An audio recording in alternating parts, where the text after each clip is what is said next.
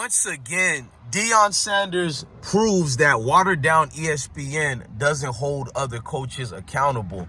What I'm trying to tell you is that Deion Sanders is the better coach out of Nick Saban. We seen Nick Saban get exposed during Texas versus Alabama. He failed to make the proper adjustments during the game that was needed to make adjustments. I believe Deion Sanders, if Shedeur Sanders wasn't moving the ball the proper way and wasn't playing good, he would have bring in the next man. He did that during Shedeur Sanders' high school game. I remember he did it like in 1 or 2 games. He did that before. Primetime doesn't care if you're his son or whatever. He's going to make the proper adjustment. And if he's not going to take you out the game, he's actually going to game plan during the game and strategically find a way to win. Nick Saban got so much praise over the years. Maybe he deserves some, but I've always said he was an overrated coach. Even when he left LSU and went to Miami Dolphins, they did that whole theatrics for him. What did he really do? He didn't do anything over there, and he quit on them guys too. Listen, Alabama was a prominent team because damn near everybody is 5 stars or at worst 4 stars.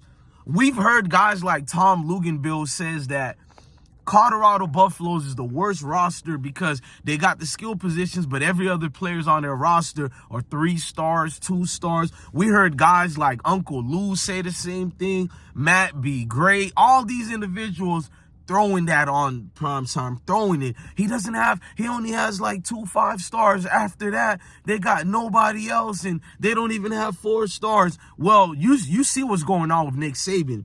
Transfer portal gets initiated. Now we have open free agents.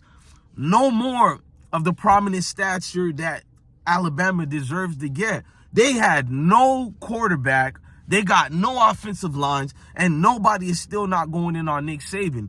If Nick Saban was Deion Sanders, would they give Deion the same grace period of let's keep doing weights and excuses and passes? And would they do the same for Sanders that they're doing for Saban? It kind of makes you think, right? It's like, what's the agenda of ESPN? You have your favorites and you have other guys you don't like. It's one thing if you don't like Deion Sanders, cool. ESPN is unprofessional for that, but I guess they're allowed to like who they want to like, even though I thought they were not supposed to be biased. But my thing against them is not that they don't like Deion Sanders and Colorado football team, because they 100% don't like them. It's the fact that you have plans initiated to take them down.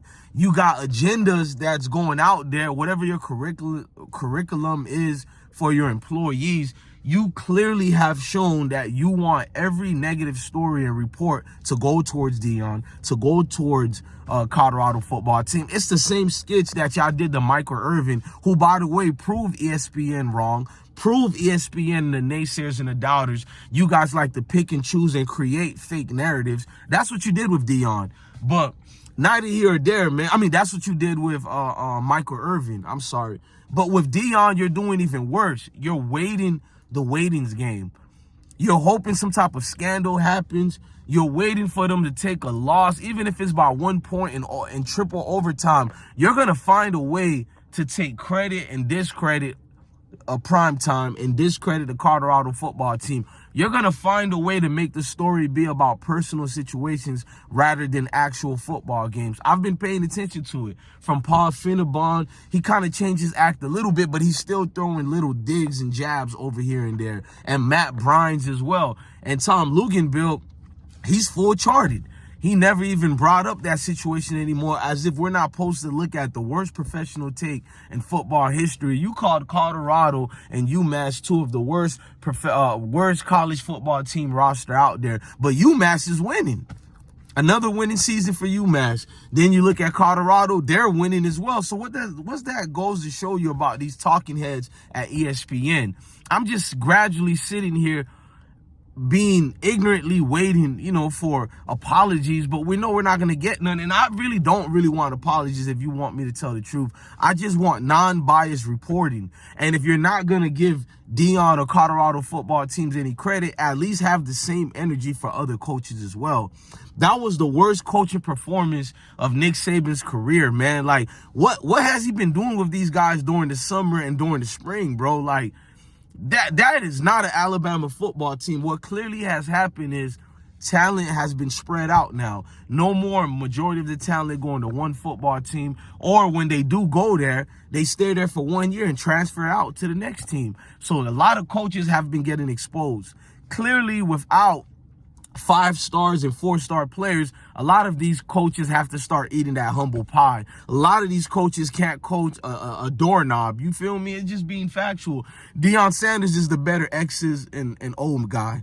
It shows you where his college level Hall of Fame skills come into hand. It shows you where his NFL Hall of Fame skills come into hand, because he's a Hall of Famer college player. He's a Hall of Famer NFL player. He would have been a Hall of Famer baseball player, but he didn't stay that long. I think he stayed like 6 to 7 years, and that was it. But other than that, Prime can deliver the X's and O's that's needed to execute the plays, and he has the proper staff around him to execute the plays. I'm afraid that his offensive coordinator and a couple of more of the staffs after this season alone, they are going to get hired.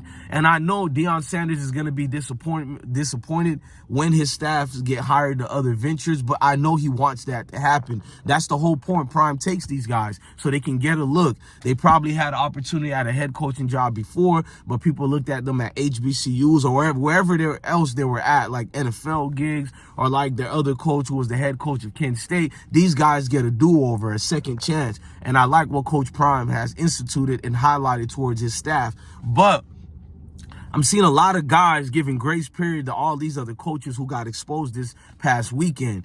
And had Sanders been in their same positions, would they give him a pass like that? Because they beat Nebraska, and all you heard people kept talking about, the first half wasn't so good, the first half wasn't so great. But does it matter? The second half, they performed outstanding. Like, if that's the case, Texas and Quinn Ewers and Coach Steve Starks is being praised like they just won the national championship game, but they played a pitiful first 3 quarters. They really performed good during the fourth quarter, and a lot of the score during that Alabama game was a little bit fixated, man. Like, let's just be honest. Texas got a lot of problems, and we're gonna give you guys a pass only because Alabama was so horrid that you guys escaped it. And I felt like Texas should have scored way more points than that. To be honest, they got exposed. Their quarterback got exposed. He had a lot of flounder plays, bro. He really should have thrown for over 500 yards passing with a defense that got exposed like Alabama. And Alabama got no offensive line. You guys should have taken advantage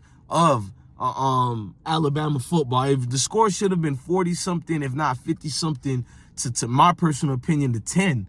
So the fact that y'all kept Alabama in the games, it goes to show you a lot of coaches are being saved right now. But Deion doesn't get the credit for bouncing back from a 13, I think, was it 13-7 or 13-zip from the halftime or whatever, and they got their guys squared away, and they routed Nebraska. You know what I'm saying? Matt Rule didn't even get criticized. Matt Rule didn't even get ostracized by the national sports media circuit, and they gave him a pass too. If Deion Sanders started the season 0-2, they would have destroyed Deion Sanders, even though Colorado only won 1 football game last year. Man, I'm leaving you guys with this to say is Deion Sanders is a better football coach, at least for right now in 2023, than Nick Saban. You can't get over that. Love your family, love your kids, and stay blessed. Hell, even Lane Kiffin might be a better coach right now than Nick Saban. Facts.